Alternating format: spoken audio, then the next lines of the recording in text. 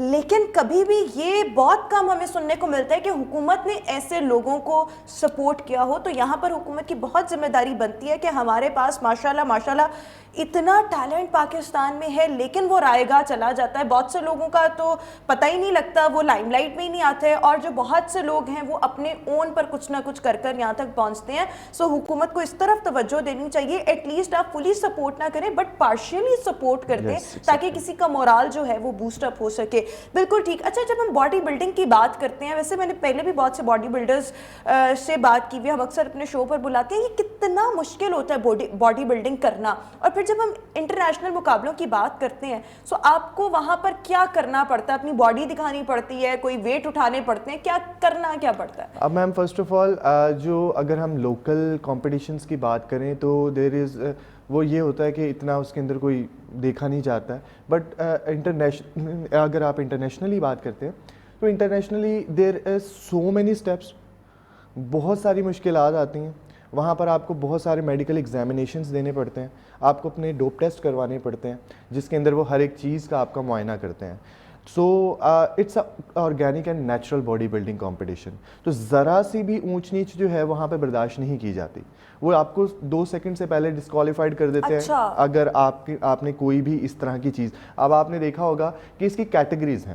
Categories مثال کے طور پر آپ نے اب نارملی ایک مت بن چکی ہوئی ہے کہ لوگ سوچتے ہیں کہ باڈی بلڈرز جو ہیں یا فٹنس ماڈلز جو ہیں وہ بہت بہت بڑے ہوتے ہیں یا بہت ہیوج ان کا سائز ہوتا ہے اور وہ پتہ نہیں کیا دکھ رہے ہوتے ہیں. ہاں, یہ ایسا بالکل نہیں ہے. پھر کیسا ہے؟ دیر از این ادر کیٹیگری, ٹھیک ہے, وہ ایک الگ کیٹیگری آ جاتی ہے, ٹھیک ہے, اور ہم اس میں فال نہیں کرتے. ریسنٹلی وی ہیڈ ان اے شو, ایک باڈی بلڈر تھے, ان کے مسلز اتنے بڑے اور ان کی جو وینز تھی وہ اتنی پرومیننٹ تھی کہ وہ تو مجھے خوف آ رہا تھا دیکھ کے کہ یہ کیسے پرومیننٹ ہو رہی ہیں.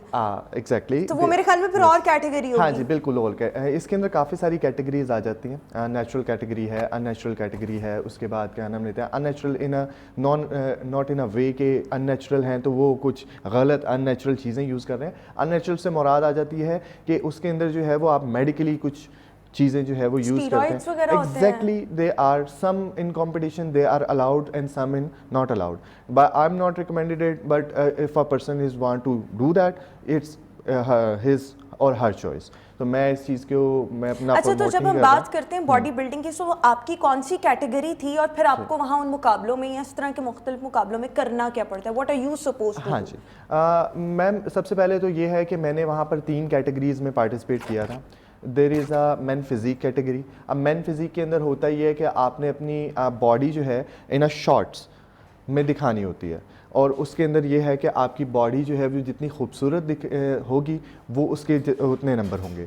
دیر is a biceps, abs, your shoulders and you have a proper body structure, ٹھیک ہے. اور اس کے بعد سیکنڈ کیٹیگری میں نے وہاں پہ کھیلی, it's a mixture of men physique, یعنی کہ جو میں آلریڈی کھیلا ہے, اور اس کے بعد باڈی بلڈنگ. یہاں پر کیا ہوتا ہے, آپ کا کاسٹیوم تھوڑا سا چھوٹا ہو جاتا ہے, ٹھیک ہے, اور اس کے اندر آپ کی تھوڑی سی لیگس بھی کاؤنٹ ہونا شروع ہو جاتی ہیں. The first competition there is no legs, وہاں پہ آپ کا صرف اپر سائڈ جو ہے وہ آپ کی باڈی دیکھی جاتی ہے, اور آپ کی اس کے اندر یہ بھی ہوتا ہے کہ آپ کی لک اینڈ فیل بھی دیکھی جاتی ہے کہ آپ دکھ کیسے رہے ہو, ٹھیک ہے. You can say that it's a modelling type. And then میں نے آپ کو جیسے سیکنڈ کیٹیگری بتائی, it's a mixture of body building and men physique, ٹھیک ہے. اس کے اندر یہ ہوتا ہے کہ اس کے اندر آپ کی باڈی اسٹرکچر بھی دیکھا جاتا ہے اور آپ کی لیگس کو بھی کاؤنٹ کیا جاتا ہے. And the third one is the body building.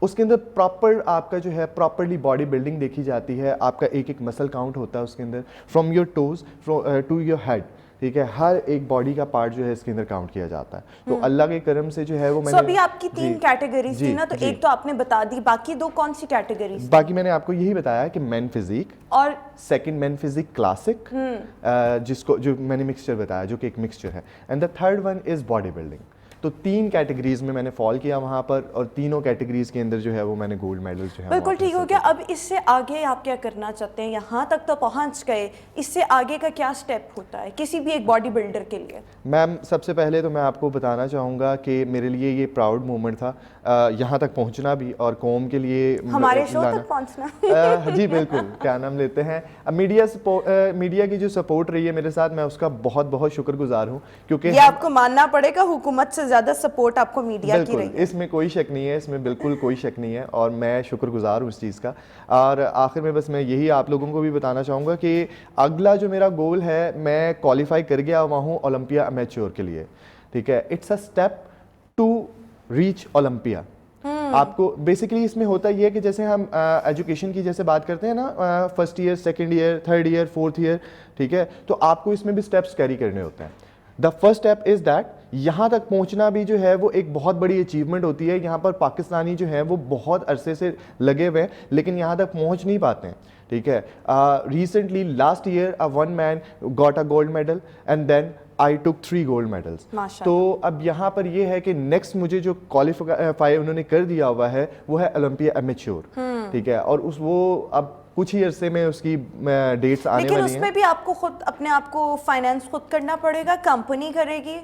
میم ابھی اس کا مجھے کوئی آئیڈیا نہیں ہے, میں وہاں سے کیسے ہوگا, کہاں سے ہوگا, کس طریقے سے. تو میں اپیل بھی کر رہا ہوں سب سے کہ, اور سب اسپانسر سے بھی اپیل کر رہا ہوں آپ کو اسپانسر کریں, اپنی کمپنی کا وہ برانڈ ایمبیسڈر بھی آپ کو بنا سکتے ہیں, اور آپ جیت کے ان کا بھی آبویسلی ایک وہ بھی لائم لائٹ میں آئیں گے آپ کے ساتھ ساتھ جب آپ کو کوئی اسپانسر کرے گا. ویسے ذمہ داری یہ حکومت کی بنتی ہے, اور حکومت کو ان کے ساتھ ساتھ اور بہت سے ہمارے پاس جو اس طرح کا ٹیلنٹ ہے ان کو سپورٹ کرنا چاہیے. یو ور اباؤٹ ٹو سے سم تھنگ, آپ اس کو ذرا کہہ لیں, پھر میں نے بریک لیا. ہاں جی, میں صرف آخر میں یہی چیز کہنا چاہوں گا کہ دیکھیں یہ جو ایتھلیٹک سپورٹ ہے یہ پاکستان میں بے شک لیگ کر رہا ہے, بٹ آئی ہیو سین, جب میں نے انٹرنیشنل لیول پر اس کو دیکھا ہے, they took their athlete to the top.